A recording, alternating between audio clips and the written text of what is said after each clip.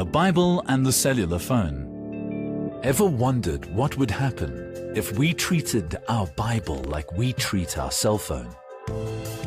What if we carried it around in our handbags or pockets? What if we flipped through it several times a day?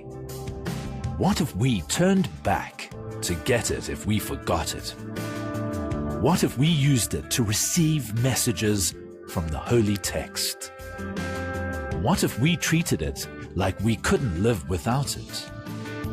What if we gave them to children as gifts? What if we used it when we traveled? What if we used it in case of an emergency? Unlike our cell phones, the Bible does not lose signal.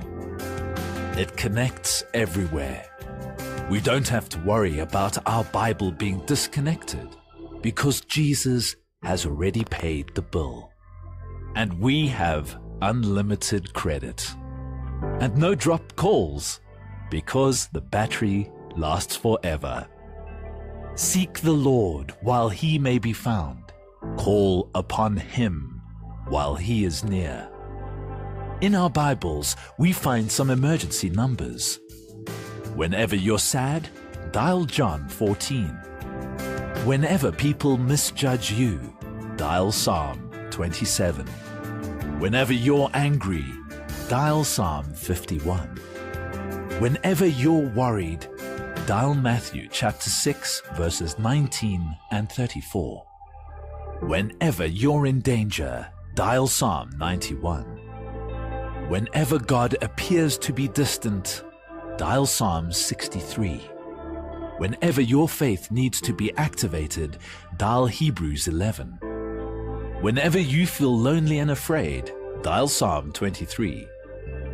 Whenever you become hard and critical, dial 1 Corinthians 13.